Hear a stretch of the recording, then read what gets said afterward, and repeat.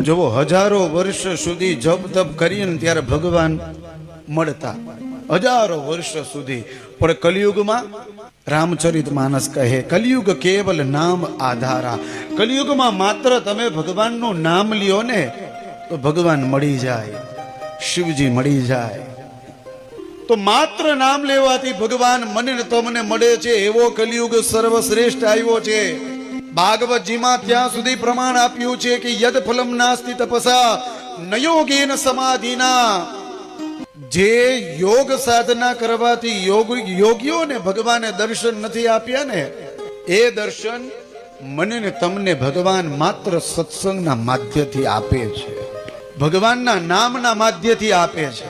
તો તમે વિચાર કરો કે નામ શ્રેષ્ઠ કે જપ તપ શ્રેષ્ઠ, એ તમે કહો શું શ્રેષ્ઠ છે? તો ભગવાનનું નામ છે એ સર્વશ્રેષ્ઠ.